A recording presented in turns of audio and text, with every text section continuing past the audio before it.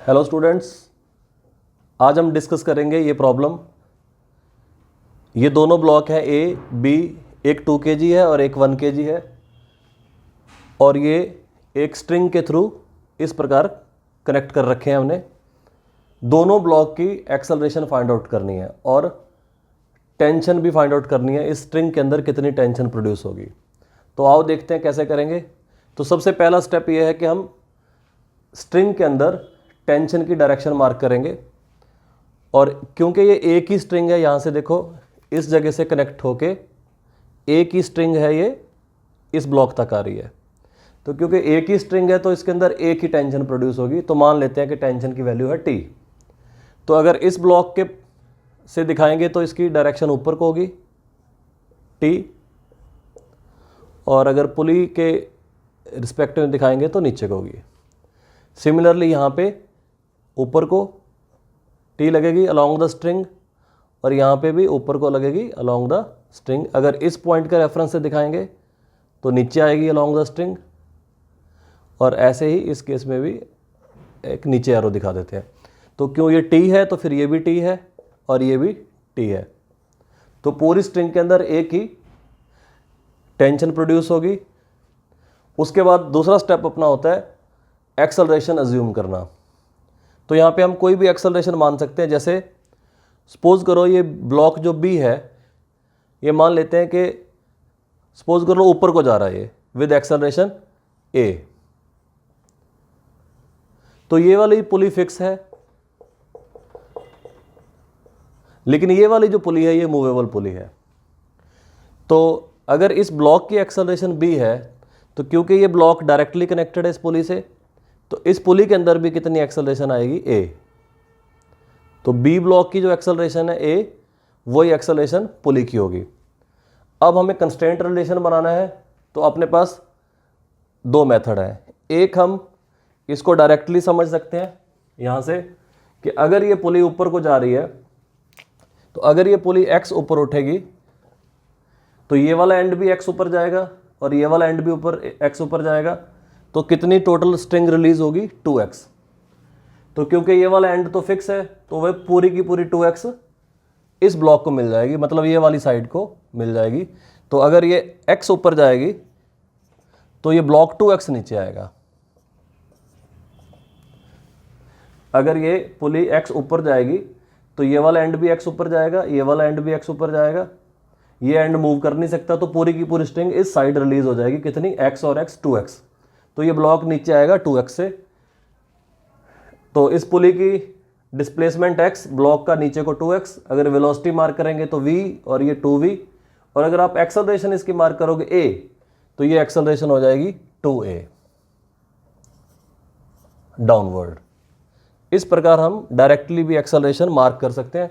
बाकी इसके अलावा अपने पास एक फॉर्मूला है, वो भी लगा सकते हैं। Acceleration of pulley is equal to a1 plus a2 by 2। ये कंस्ट्रेंट रिलेशन है ब्लॉक पुली का, इसको भी हम यूज कर सकते हैं। क्योंकि पुली ऊपर को जा रही है तो इसका प्लस a। अब ये वाला जो एंड है ये फिक्स है, तो 0।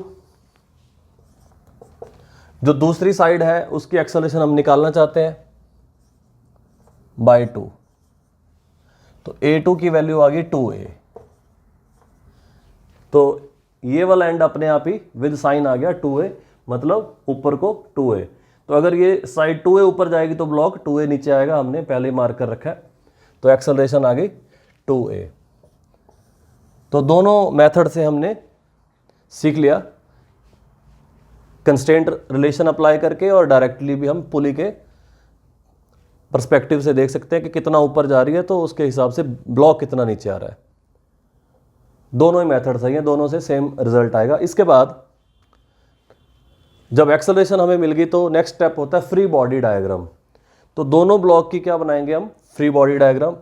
जैसे ब्लॉक बी, तो ब्लॉक बी के लिए यहां बना देते हैं। यह है ब्लॉक बी 1 kg। देखो इसमें इसकी एक्सेलरेशन है ऊपर को a, नीचे को वेट लग रहा होगा 1g, ऊपर को एक TA और एक TA, तो 2t। यहाँ पे जो टेंशन आने वाली है वो है 2t।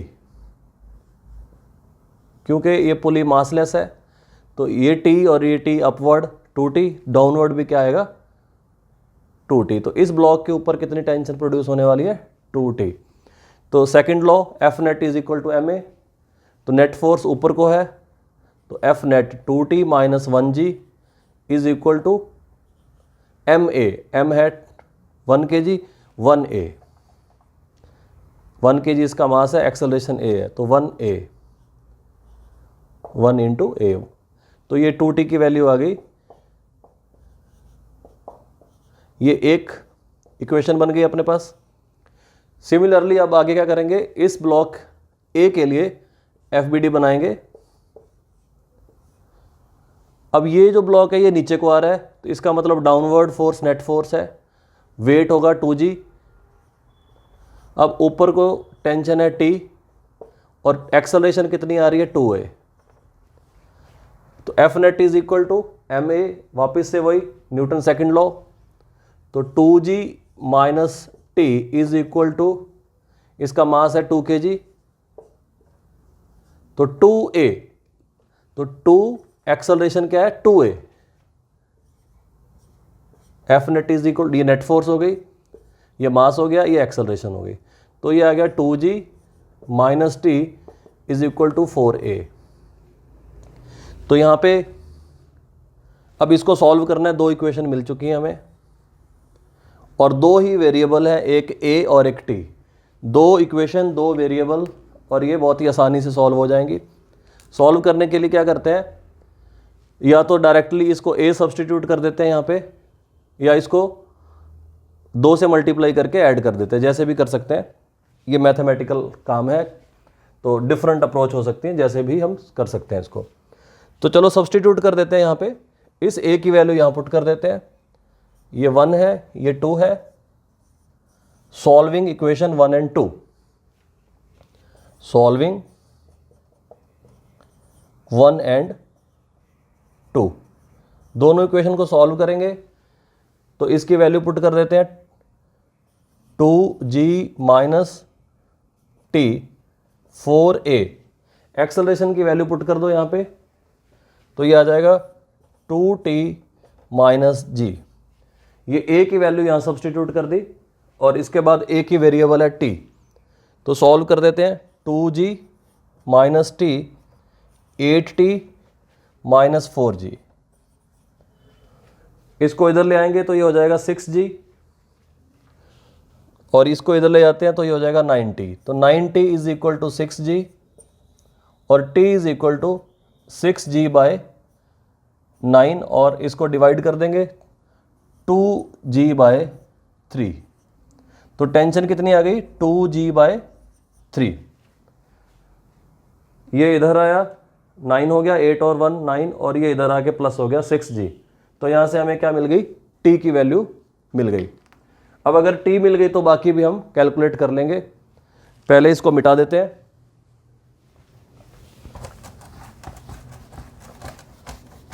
हाँ जी, t आ गया 2g बाय 3, जब t मिल गया तो एक्सेलरेशन a भी मिल जाएगी। a का फॉर्मूला है ये फ्रॉम 1, a है 2t माइनस जी, तो 2t की वैल्यू डाल देते हैं माइनस जी। अब एलसीएम लेके सॉल्व कर लेते हैं, 4 माइनस 3 g बाय 3, तो ये आ गया g बाय 3। तो देखो एक्सेलरेशन भी मिल गई, तो a की वैल्यू आ गई g बाय 3, इसका मतलब एक्सेलरेशन आ गई g बाय 3। अगर साइन पॉजिटिव आया इसका मतलब जो डायरेक्शन हमने अज्यूम की वो ठीक है, तो b की डायरेक्शन हो जाएगी अपवर्ड, b है a मतलब g बाय 3, और ये है अपवर्ड, और इसके अलावा जो a है ये है 2a मतलब डाउनवर्ड, तो इसकी वैल्यू आ गई 2g बाय 3, तो ये डायरेक्शन भी ओके है पॉजिटिव, साइन पॉजिटिव आया है तो डायरेक्शन जो हमने अज्यूम की है वो ठीक है, तो इसके डायरेक्शन पॉजिटिव साइन आया है तो ओके है, डाउनवर्ड डायरेक्शन है, यहाँ पे लिख देते हैं। डाउनवर्ड। तो ए की एक्सेलरेशन भी मिल गई, बी की एक्सेलरेशन भी मिल गई, और हमने टेंशन टी भी कैलकुलेट कर ली 2G/3 न्यूटन। तो ये एग्जांपल कंप्लीट होगी। अब एक और एग्जांपल पढ़ते हैं, इसके बाद देखते रहिए। हाँ जी बच्चों, अब इस प्रॉब्लम को सॉल्व करेंगे।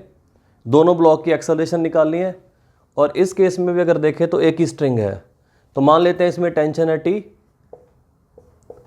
और यहाँ पे भी टी हो जाएगी, यहाँ पे भी टी हो जाएगी, क्योंकि एक ही स्ट्रिंग है यहाँ तक। और उसके बाद का स्टेप क्या होता है, एक्सेलरेशन अज्यूम करना। तो मान लेते हैं कि ये वाला जो ब्लॉक है ये नीचे को आएगा विद एक्सेलरेशन ए। तो ये अगर ब्लॉक नीचे आएगा ए एक्सेलरेशन से, तो पुली भी ए एक्सेलरेशन से नीचे आएगी। इसका मतलब अगर ये पुली डिस्प्लेस होती है, एक्स डिस्प्लेस होती है, तो ये वाली साइड भी एक्स नीचे आएगी और ये वाली साइड भी एक्स नीचे आएगी, और इसके लिए 2x स्ट्रिंग की ज़रूरत पड़ेगी। तो वो 2x जो स्ट्रिंग है वो कहाँ से आएगी, ये वाला जो एंड है ये तो फिक्स है, यहाँ से इस साइड से नहीं आएगी, तो वो पूरी की पूरी ये वाली इस साइड से आएगी।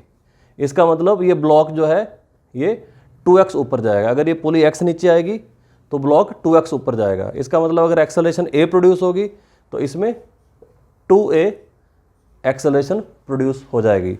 उसके बाद फ्री बॉडी डायग्राम, तो इसकी फ्री बॉडी डायग्राम बनाएंगे।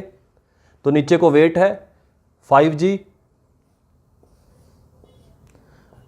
ये 5 kg है, तो वेट क्या आएगा नीचे 5G, और ऊपर को टेंशन T और T मिला के 2T, तो ये 2T आ जाएगा। F net downward 5G - 2T is equal to 5A। इसकी एक्सेलरेशन बन गई इस ब्लॉक की। अब सिमिलरली इस ब्लॉक के लिए क्या करेंगे, ऊपर को लग रही है नेट फोर्स, तो T माइनस नीचे को वेट आ जाएगा 4G, और एक्सेलरेशन कितनी है 2A, तो M × A 2A। हाँ जी, तो ये आ गया T - 4G is equal to 8A। अब दोनों इक्वेशन को सॉल्व कर लेंगे। इन दोनों को सॉल्व करने के लिए क्या करते हैं, इसको 2 से मल्टीप्लाई कर देते हैं और इसको रीराइट कर देते हैं। ये 10th क्लास का काम है। अब इनको ऐड करेंगे, ये 2T कट जाएगा, यहाँ पे बचेगा 3G, माइनस का 3G, ये माइनस का 8 है, ये प्लस का 5 है, और ये आ गया 21A। तो A आ जाएगा 21 डिवाइड हो जाएगा, तो 1/7G। ये है एक्सेलरेशन। लेकिन यहाँ पे साइन नेगेटिव आया है। अगर साइन नेगेटिव आया है तो इसका मतलब यह है कि जो डायरेक्शन हमने एज्यूम की है वो उसके ऑपोजिट है। तो बी ब्लॉक की एक्सेलरेशन क्या आ जाएगी, बी ब्लॉक के लिए क्या हो गया, ये ब्लॉक नीचे ना जाकर के ऊपर जा रहा है, तो यहाँ पे लिख देते हैं G/7 अपवर्ड्स। और अगर ये ऊपर को जा रहा है तो यहाँ इसका भी साइन नेगेटिव आ गया, तो ये, लेकिन मैग्नीट्यूड क्या आएगी 2A, तो ये हो जाएगा 2G/7। अगर इसका साइन भी नेगेटिव है तो इसकी डायरेक्शन भी ऑपोजिट, तो ये आ जाएगा डाउनवर्ड्स। तो अगर साइन पॉजिटिव आता है तो जो डायरेक्शन हमने अज्यूम की है वो करेक्ट है, अदरवाइज उसका ऑपोजिट कर दो। दोनों चीज़ें हमने निकाल ली, दोनों एक्सेलरेशन निकाल ली। अगर ए की वैल्यू यहाँ पुट कर दें तो टी भी आ जाएगी। तो इस प्रकार हमने पुली ब्लॉक सिस्टम की सारी प्रॉब्लम जो थी, इंपॉर्टेंट प्रॉब्लम, वो डिस्कस कर ली है। अब नेक्स्ट वीडियो बनाएंगे डिफरेंट टॉपिक के ऊपर। तब तक के लिए बाय बाय, थैंक यू।